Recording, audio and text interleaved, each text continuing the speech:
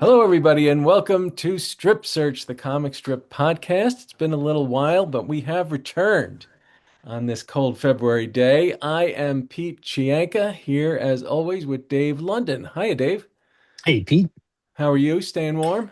I am. Well, actually, today I think it's technically above freezing for the first time in, Come a on. millennia. It is. It's like 34 degrees, I Oh, think. all right. I guess I should go outside. So, yeah. For the, I, when's I've the made it last a time you point. actually got outside? It's been days. I've made it a point to basically stay in. I Okay. have to go back to work in the office tomorrow, so hopefully it will remain in the Is this above freezing range. like the Walking Dead? You're gonna go outside and it's gonna be all just, decrepit and zombie. It could happen. I don't know. At least all the zombies would be frozen. That's So the only plus. sounds like a So it's good been drink, doesn't it? A frozen zombie. That would be a good drink. I think it would. I think it would. I'd drink that. Yeah. Um, so it's been a little while. Anything new in the world of comics and cartooning and I guess probably the biggest thing we have to mention this is Scott Adams, who was the mm, creator of Dilbert, passed away from what I understand is an aggressive form of cancer. It sounds like a very not a very pleasant passing. Let's put it mm, that way. yeah, I know And he had been sick for a while, and I mean he certainly made a mark. I mean I remember I want to say, were we in college when Dilbert first sort of started to come to prominence? it, so, or thereabouts, yeah. I Yeah, in mean, the he late he was late he was 80s. big. He I mean, he is obviously known more for his writing than his art, which you can probably appreciate, I think. Yeah, although he had a He had certain interesting style. a flair. He was, massive fame and fortune with the office humor and his Yeah, characters, I mean, and he really so became synonymous. Dilbert became synonymous with sort of, workplace dysfunction. It's if you could nail a particular subject or genre like that, you really are doing something right. I mm, know he caught a lot of flack towards the end of his career and life for yeah. some of his political opinions and the way he was. We'll stay above politics on our podcast today, and we'll just, Fair enough. yeah. But Fair enough. yes, So rest in yes. peace, Scott Adams. People will, I'm sure, continue to enjoy his work as long as there are jobs. Who knows how long that will be?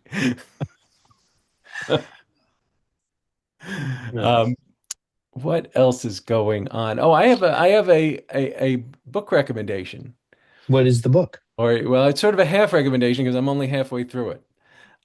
But it's called Looking for Calvin and Hobbes. Wait, I want to make sure I get the author's name right, by Nevin Martell. I think it's about 10 years old. I finally got around to reading it. Came up in my I'm listening to the audiobook actually. It came up in my recommendations. So I started listening. It's basically, his story of trying to nail down Bill Watterson for an interview. So it should be called Looking for Bill Watterson, actually. And I'm guessing he doesn't find him, or we would have heard of it more than we actually did. But it's been very interesting so far listening to the story of how Bill Watterson, first made it. And he struggled in the beginning like everybody, was as sort of a failed political cartoonist and, had, I want to say, six or seven concepts before Calvin and Hobbes that didn't go anywhere. So it's always interesting to hear about these people who you just assume it just feels like they were always there. And Calvin and Hobbes has always been part of our comics culture. But to hear, his beginnings. And he said he's been so reclusive. I feel like it's not a story that's necessarily well known. So if that's something Like, you're interested in, I may come back next month and say it stinks if the ending was bad. We'll see. okay, If he kind of like doesn't find him, I'm taking this yeah, back. it's like a JD Salinger type, recluse. I mean, almost. He comes close, certainly. Um, but uh, but yeah. So I feel like there are not a ton of books out there on cartoonist. So I thought I would mention that to our listeners before we get to our special guest. Oh, and one other thing. Dave doesn't like to talk about it because he's very humble, but you have a new position within the National Cartoonist Society, which just being a member is impressive. But you have actually now you have a title. Am I correct? I do. I am now the chair of the New England chapter of the National Cartoonist Society. That's very, very exciting. I knew it. You know, these other people, like they got like a state. You've got Right, or a all of city. New Yeah, England under your umbrella. That's pretty I do. impressive. I do. So thank you. Yes, that is a, very recent news. And I guess moving away from the personal plug, we should give ourselves just a plug for the next event that Pet Peeves can be found at. It's the uh, second annual Ashland Library Young Artist Comics Fest on Saturday, March 21st from 10 to 4 p.m. at the Ashland Public Library, 66 Front Street, Ashland, Mass. We will be there along with a bunch of other great artists. We'll be running actually a workshop as well. So I thought that was worth a plug. Yeah, I mean that really, it's only the second year, but they really, talk about hitting the ground running. It was just a great event last year, right out of the gate, and seems like they have lost no momentum in planning for this year's, and it was packed. I mean, people really enjoyed it last year. So yeah, definitely come out for that, especially, I would say kids of all ages would enjoy it. It's stuff for little kids right up through young adults and even for the grown-ups. So And you that get to be loud in a library. They can't tell you to be quiet because it's it's actually true. It's true. It's a thrill uh, to be able to be so. somewhat rambunctious. Um, so yeah, definitely come check that out. We are, David and I are hard at work on our next Pet Peeves book, which is our chapter book. Wait, I remember the name. It's called Freddie Peeves and the Scoop on the Sinking School. It's a mystery, 16 chapters. We've been sharing our rough draft with a few test audiences of young readers, and they've all enjoyed it. So we're really going to work hard to get copies in hand by the time we are at that event in March, so we could share them with the people who come out. And of course, if you visit our website, petpeevescomic.com, we're going to have all the information you need about ordering a copy when it's ready, and all the background and that type of thing. And you should be visiting anyway to catch up on the latest Pet Peeve comic strips, our archive of strip search podcast audio. They go all the way back for several years now. So yeah, check it out. We'd love to see you over there. What else am I forgetting? I think that's it. I think we're good. We got an All extra right, special well, guest star today that we've got to get to. that's right. In just a few seconds, we are going to return with Dee Parson, who is a nationally syndicated cartoonist, super nice guy, and he has really interesting stories. So stay tuned, and we will be back with that.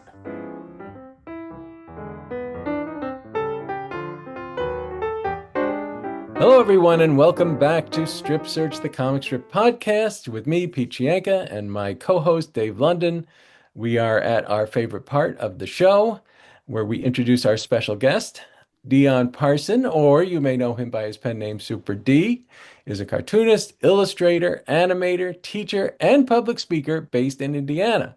His comic strip Rosebuds, about a family of three very different sisters, is nationally syndicated by King Features, and he's also created content for YouTubers, book publishers, and gaming companies. In addition to Rosebuds, Dee is also the creator of the strips Life with Kurami and Pen and Ink. Dee Parson, welcome to Strip Search. Thank you guys for having me. I'm really excited to be here. Oh, did you hear that? There is snow falling off my roof as we speak. That was not a special effect. That actually happened. Well, thank you very much for being here, Dee. We really are psyched to talk to you. So just to start off, tell us a little bit about Rosebuds. How did you decide to make a strip about three sisters? Is there a connection in your own background there? Yeah, so I have two sisters of my own. I'm the middle child of three, so that was kind of the base inspiration for the strip. Originally, with Rosebuds, it was supposed to be a graphic novel that I was working on in 2019 area. Uh, I made these characters in high school. I named them after a couple of friends that I had as classmates. And so I would draw them in class and do stuff with them. I had other characters as well that I was using. We was using these characters kind of like pseudo mascots for the school. So like we would do like we'd have a school newspaper, so I'd draw the characters in the newspaper doing comic strips and stuff. Then those characters had their own newspaper comic strip, where I'll talk about a little later. Uh, but Rosebuds was always kind of in the characters of Rosebuds were kind of in the back burner. So I wanted to revive them by doing this graphic novel with them. And then I ended up starting doing comic strips as just a way to kind of reintroduce myself to these characters since I hadn't used them since high school. Then I started sharing those comics online, and then everyone started loving them. And then Andrews McBeal in 2019 said, "Hey, we'd love to syndicate this for Go Comics." So then I shelved the graphic novel and said, "Okay, yeah, let's pursue this." And then was with them until about 2023 when King Features picked it up and said, "Hey, we want to actually syndicate this in newspapers." And so there was a year-long bidding war between those two syndicates for the strip. And then King came out on top. So now it's nationally, actually internationally syndicated uh, strip. So yeah, that's kind of. Yeah, that's amazing. I was going to ask you more about that later, but since you brought it up, so did you never sent a submission, so to speak, to a syndicate? They came to you? So with Rosebuds in 20, so what happened was I did submit Rosebuds to Go Comics. They were interested. They were following my work for a while I see. as I was growing up, and sent out Rosebuds, and they expressed interest in it. With King Features, I kind of went through the back door. I reached out to an editor who I found on social media named T, and they were talking about comics and stuff. And we were talking, and she was like, "Oh, I already know your work. I'm a big fan of Rosebuds." Mm. She ended up telling me that, "Oh, everyone here at King loves your strip. Like, what do we like? Let's have some conversations, see what we can do to bring you over to King Features." And then that's kind of when that chaos started happening. They were telling me, their editors were telling me that their kids would share my strips with them off of Instagram or Twitter, which was so cool to hear that. Like they're like, "Yeah, we've been big fans of your strip, so we'd love to have you over." So That's so funny. Then I mean, those are the two biggies. If you're gonna have two that are interested, those are the two. So Dee, let's talk about the physical characteristics of the strip. So your characters are distinct from each other. Can you talk about what led to the design?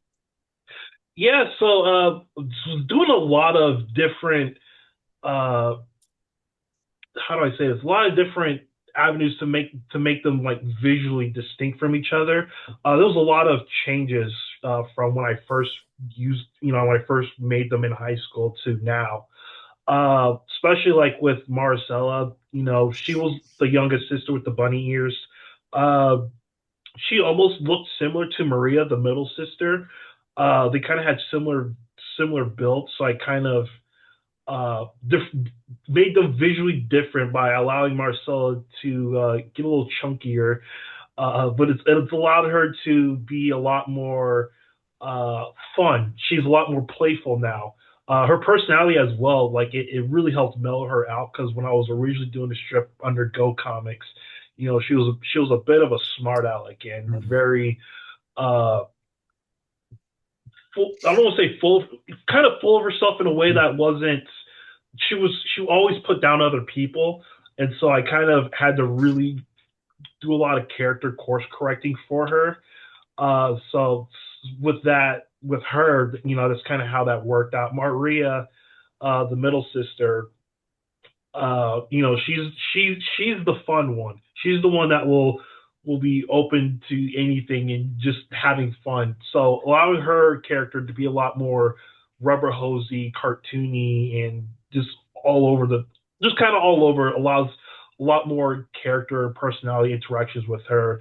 And then their big sister Rosa, she's kind of a character built off of tragedy. So she's very blocky. She's very closed off. She's very uh, reserved. So her design, being this super giant, super strong woman, kind of reflects that. Where she's kind of a she's she's more or less an inconvenience to herself and everyone else around her. So she's kind of seen as like this this freak of nature basically, and she's not able to really fit in anywhere. So she's really trying to find a way to make her own way. But she's really prioritizing the well being of her sisters over everything else. And is there a sad backstory? Because I didn't see the beginnings of Rosebuds. I only know it from the recent strip. So, but it appears that she is the guardian of Yeah. her sisters. Like, is that explained in the beginning of the strip when you started it? No, in the very first, when I first, this is actually kind of the first time I'm like publicly talking about this. So this is kind of fun. When I first when I first like started Rosebuds as a comic strip, I did two, maybe three comics that mentioned their parents. They were there, uh, but their faces weren't seen. Their speech bubbles were hiding their faces. But then that was the only time they ever showed up. Uh, the story has kind of evolved a lot with their relationship with their parents, more specifically Rosa's relationship with their parents. So they're not pictured in a strip. After I kind of see the King Features era of Rosebuds, the more concrete. Like I've learned a lot from this era, but this is kind of what I'm pointing towards now. Like I guess I could say like it's Rose 20 like Go Comics Rosebuds was like web comic era, whereas this is newspaper comic era. Yeah. So it helps kind of differentiate them from like the tone of the strip and art style of the strip. Because once Rosebuds went over to King Features, I actually did an entire style overhaul that to help reflect what I was really wanting to go forward with the comic. So they're no longer in the picture for the sisters. Rosa is the main, guardian. She has complete guardian over her sisters, and she's just trying to make sure she's doing a good job to, you know, be a good sister guardian to them. And I think that's, there's so many, different definitions of family these days. Every family is different, and there's so many different iterations, in terms of, who the guardian is and what the sibling relationship is and that type of thing. So I think that's one of the reasons probably a lot of people can relate to it. Hmm. Um, Yeah, I a lot of people when they first like get into Rosebuds, they think Rosa is the mom, but then they get so fascinated that she's actually just the big sister who took guardianship over them. So it's always fun to kind of see people's reactions and see how much they sympathize with her in her current situation. Yeah, I mean, I do think that that makes it relatable, and they feel like real people, as over the top of some of their adventures are. It's still comic strip characters, but now in terms of your, cartoonist origin story, it feels like there's always something. Did you always know you wanted to do this? When did it first come to you? So you want to do professionally or just as where I started? Well, where you started and when and where did you decide, okay, this is what I'm going to do for a living? So this I was pre-warned like my backstory is a little heavy, but I grew up in a sundown town. Me and my family were the only black family in this town, and they practiced segregation. They had weekend KKK rallies. We had to stay home. My Wow. dad was a retired Marine. He fought in the Vietnam War, so he retired from there and was working as a truck driver for Red Gold. So that's why we were living there. And uh, our dad was also close friends with the mayor, so he would always keep a close eye on us to make sure that no one really messed with us. So in grade school, I had a lot of learning disabilities and reading issues and stuff. So it was really hard for me to like read chapter books and just any type of book because letters and words just always jumbled up for me. So I always had like a lower reading level from my other classmates. But then I kind of got into comics. The big one was Garfield. Uh, I learned a lot reading Garfield and kind of got inspired by him. Like he's fat, lazy, kicks Odie off the table, ships Nermal to Abu Dhabi, and all this other stuff. All this stuff you'd imagine, hey, this guy's a bad influence. But for some odd reason, I was so inspired by this. Like everyone wanted him to change, but he was okay with himself. He liked who he was, and he didn't Yeah. want to change himself for anybody. So I always like to joke that Garfield helped me combat racism and be okay with who I am. So we weren't allowed to go to the public library in the city, so we'd all often have to go out of town to go to the library. And I would check out Garfield books so much that the librarians permanently withdrew my favorite one for me. I actually still have it. So Oh, that's awesome. yeah, so they permanently withdrew this book for me. So I have it kept with me. It's part of my collection. It helps me learn how to read and understand uh, how to express yourself through pictures and words. I've also got into Dave Pilkey's Captain Underpants series when it was really hot at the time. But in third grade, I drew some comics and I shared it with a friend. And he laughed so hard he fell out of his desk, red in the face, tears running down his eyes. The downside was he had asthma, and so That's never good. well, yeah. I so at the time I didn't know the severity of it, but it was at that moment I realized. So I made someone happy by doing something rather than make them feel something by the way I looked. So that was kind of my mission from then on, was to make comics and art that brought smiles to people's faces. I thought you were going to make the joke. I have the power to kill people. I can make people die laughing. um, so I know that you started talking about the influence of Garfield, but Garfield's more than just an influence. I mean, there's more to the story. Yeah, yeah. So it's because I'm based in Indiana. The thing about Indiana is that there's not a lot of local support for the arts around here. To be transparent about that. So especially comic and cartoon art, there's not really a big push for that sort of thing here. However, Jim Davis and Garfield are basically hometown heroes. People everywhere around here know who they were, who knows who they are, who they were, what they have done for our local communities and stuff. And so I always got inspired by that. As I started learning more about Garfield and learning more about Jim Davis and Paul's Inc. and everything like that, I got really inspired. I was like, wow, this guy literally lives a couple hours away from me, and he's making this cultural phenomenon, and that really inspired me to go. If he can do that, he grew up on a farm and he's making this global icon. If he can do that here, surely I can too. So that's really what pushed me to start getting into cartoons and comic art and things like that.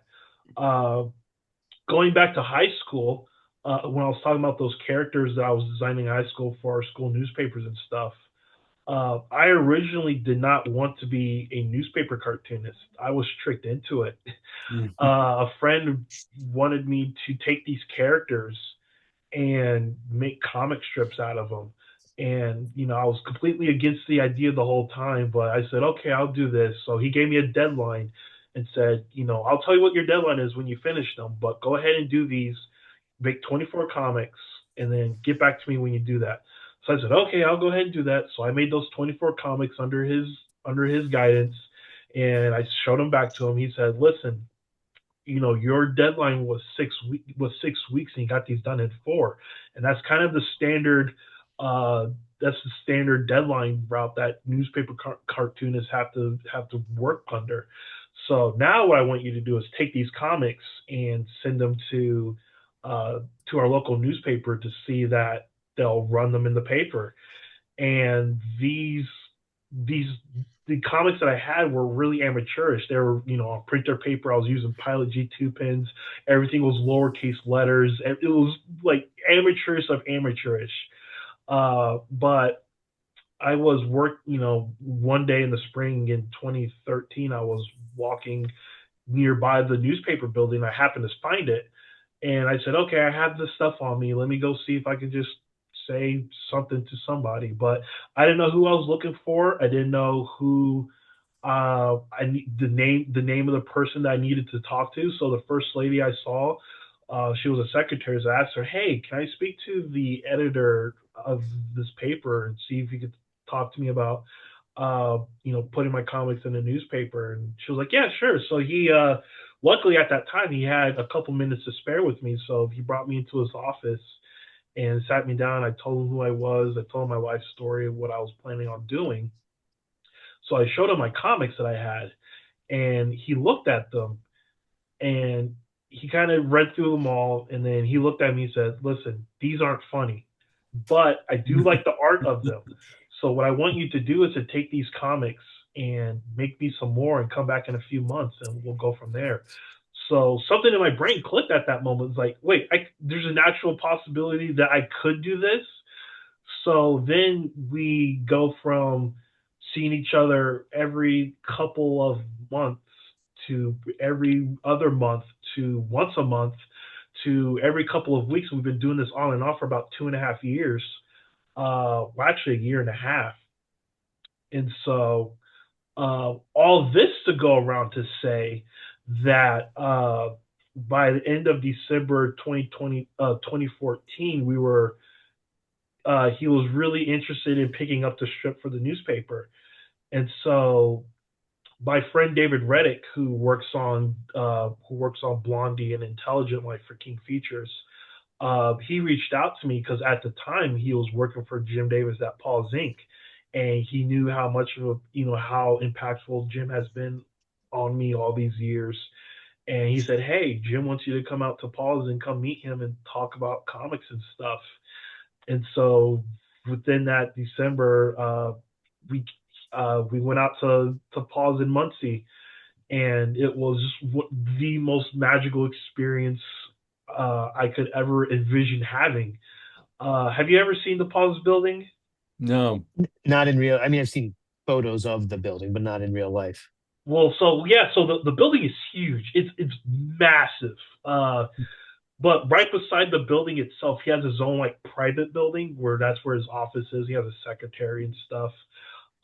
For me, we I went after hours, so like all the artists and staff were kind of gone, so I wasn't able to really say hi to anyone outside of David and Jim. But on our way to meet Jim, there was this long hallway that goes to his office, and the door was cracked open with a golden light coming out of it. And it was like a moment in a Hallmark movie. We got the closer we got to it, we heard a chorus come out of his office, and the closer we got, the louder it got. And as soon as we opened the door, he looks over from his desk and he said, "Oh, hey, Dee, how's it going? My kids sent me this play that they wanted me to watch, and it's pretty stupid." He turns it off. And so then we spent about a good hour and a half in his office talking about comics and stuff. He showed me about like 6 to 7 weeks worth of early Garfield strips before they went to newspapers.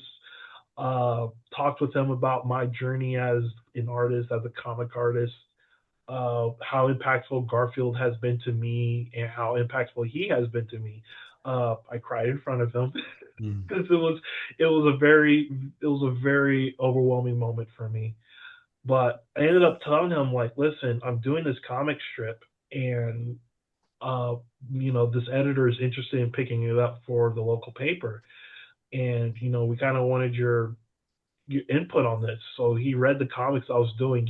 At this point, I was doing a lot better. I got some really incredible feedback from Dan Wright, who worked on Bobo's Progress back in the '80s for King Features, and a bunch of other cartoonists that I kind of met along the way. But they, like, he was talking to me about like he thought that this would be a perfect learning opportunity for me. That regardless of what I do with myself, that this first comic strip will help me get to where I want to be in the future, and you know figure out who I am, who I want to be, and what I want to do with myself. So whether I did that strip forever, or if I did that once and moved on to something else, that it would be the perfect learning opportunity for me. So he took me under his wing, and kind of mentored me over the years. But for this strip, he pushed for it to be in our local paper, helped get like a front page article talked about it, and that's how Wife with Kurami came to be. So So yeah, So this is just to get the timeline. So this was before Go Comics. He helped you get that sort of initial strip off the ground. yeah, yeah. So this was about 2015. So the strip officially launched April 6th, 2015.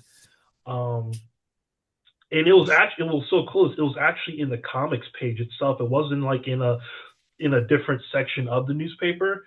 It was a daily strip, so it was every Monday through Saturday. So I didn't do Sundays since Sundays were treated as a separate thing.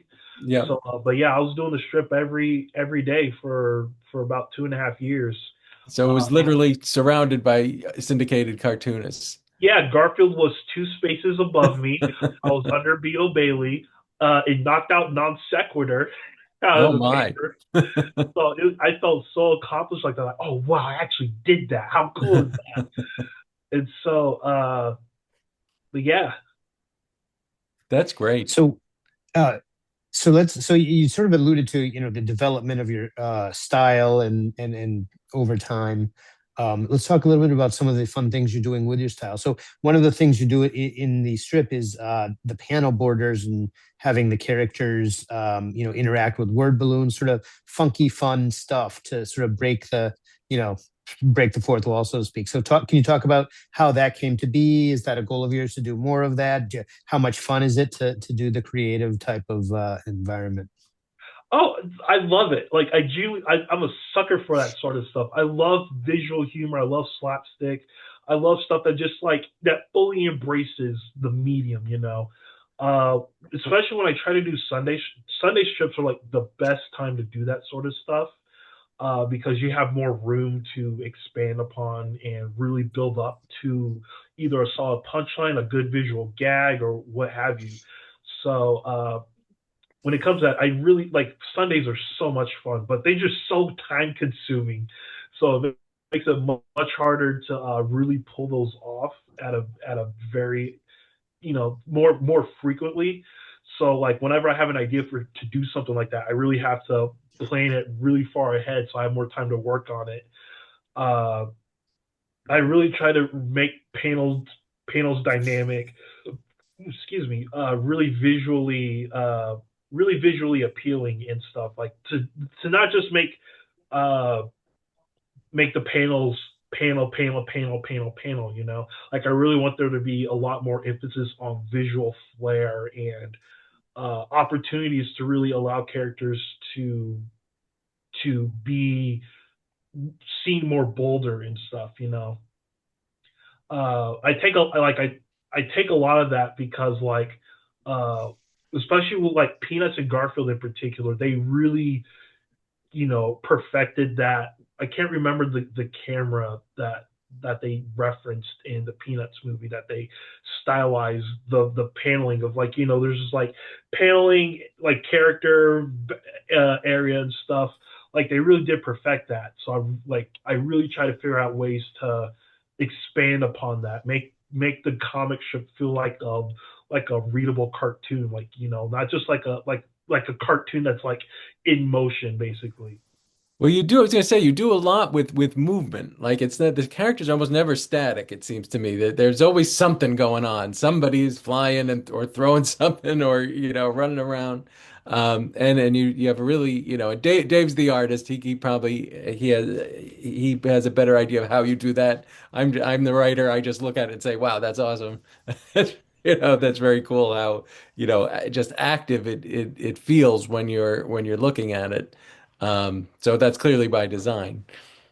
Yeah, yeah. No, as I said, I feel like this is a very beautiful medium to do this sort of stuff with. Like like Ernie Bushmiller was like the king of visual comedy when it comes to like doing visual gags and wordplay with Nancy. So like I really want to kind of capture that sort of feeling, just like you're experiencing like a cartoon of some sort in a comic strip format. So stuff that just it feels visually fun to look at. It feels great to read. That you really feel these characters like they're not just like cartoon characters. They're exaggerated people more or less that you can really bond and sympathize with. Yep. That's a good, David. That's a good segue into your favorite question. So yeah, so as Pete alluded to, so I really like to ask our guests to go into detail, more granular than with the average, general person on the street. I really like to know the tools that you use, whether you have done you're still doing traditional ink, dip ink pen, or whether you've migrated to digital realm. But also something I'd like to ask you specifically while you're talking about that is just your process, your writing process. 'Cause just given the creativity that you've been discussing, like with the Sundays and so on, if you can talk about how you allocate your time to write, how you allocate your time to draw, and what tools you've used along the way. Yeah, let me show you guys something. So this uh I have these really cool notebooks. So one of them contains a template uh, for Sunday strips. So this is actually how I do my writing. A lot of the writing because Rosebuds itself is very like the final product is digitally made. So I like to keep some sort of paper trail, and I will have these so I made these templates as a way to actually start to keep like a paper trail of my writing to kind of get ideas jotted down in. If I have an idea that is, I'm not near anything near my phone or uh, like my desk or whatever. I'll have this stuff written now, and then if I have a huge backlog of them, I'll kind of go through and go, okay, I'll use this one, or maybe I need to improve this one a little bit more, and then I'll start reworking things and whatnot. So I'm more than just when it comes to the writing aspect, that's really what I really try to strive for because I really, you know, writing is the most important aspect of a comic strip. So I really want to make sure that the writing is strong, and that the art can really can help carry it. Like especially if it's a visual gag, to make sure that the writing is on point. Because if the writing isn't on point, then the art can't do anything for it. So that's something I really try to prioritize is making sure that the writing, the characters are as strong as they can be, and then I go into doing the digital the art of it. So I have a Wacom 22 HD that's right in front of me. That's how I work on the strip. I have several templates that I use uh, uh, for the strip itself. So I have like a daily, have a Sunday, and then I will just like preset the type of panels that I need for them. Whether it's 3, 4, 5 for dailies, or if I need to expand a bit more uh, for the Sundays, then I'll just play around with that functionality when necessary. But then especially when it comes to actually playing around with like the visual flair of the Sundays, I'll expand a bit more uh, on that manually whenever I need to. So that's kind of how I do it. I sketch out my strips. I kind of do them in batches, so that way I have a set of them to work on, and then I'll go to inking and then coloring, and then any final tweaks I need to do. Then I send it off to the syndicate to send out. So when you're working on the webcam, is there a specific program you're using? And then for your lettering, are you doing your hand lettering or do you have a template? So I use Clip Studio Paint, which is like an incredible art program. Like, love this thing. I've been using this since I started professionally cartooning. Um, And so they're not paying you to promote it, so this is genuine. yeah, yeah, no. I've been using the same version since I first got it. So I still like everything I'm doing. I'm just like, man, imagine if I actually got 4.0. People are hounding me to get it. I'm like, I'll get it eventually. I'll get it. I just keep forgetting to. Uh, but yeah, no, wonderful program. So for the handwriting, that's actually for in the strips that I make. That is my handwriting, but it's a font.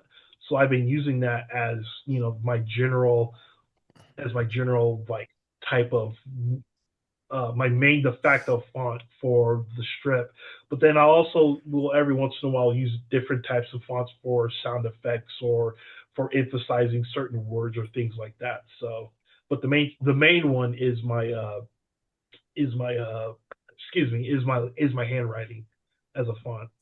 Um, I'm trying to because Rosebuds is like the end product is digital. I am kind of playing around with some things where every once in a while I might like print out like the sketch version of a strip and then might hand ink it just so I can have every once in a while just have something to say here's a physical Rosebuds original because something I've been doing with friends is that I do what I've been calling digital originals, which is basically uh, oh, which is basically I have the strip kind of printed at almost the exact size that I make it, and then have all of the sketches, sketches, and everything else on it, and then I will UV print it so there's a little bit of texture on the black inks to make it feel like it feels like an original strip. So I will either gift these to to cartoonist friends. We'll do like strip swaps and or certain fans, certain huge readers will buy one to have in their collection. So I'd like to at least try to have do a couple original like hand inked originals just for the novelty of it. Yeah, I feel like we've heard that from some other cartoonists that that's sort of a sad byproduct of the digital revolution. You don't have those original strips, uh, that you see when you see one of those original Schultzes, and it's like you feel like you're holding history in your hand. Um, Yeah, yeah. So when I was doing Life with Kurami, when I was that was like my first full on strip. All that was completely traditional up until like the end of its run in like the end of 2017. So I just have like boxes of original strips from that run, and I come to find out like holding pencils and inks and hand lettering really cramps your hand, so I couldn't do it anymore. So that's why I swapped to digital. I was like, I want to make sure I have my hand for a long time. So, oh yeah, you got to get some insurance out on that hand. so Well, believe it or not, this is we're almost ready to wrap up. This has been a terrific conversation. I'm so, and it's just so great to talk to somebody.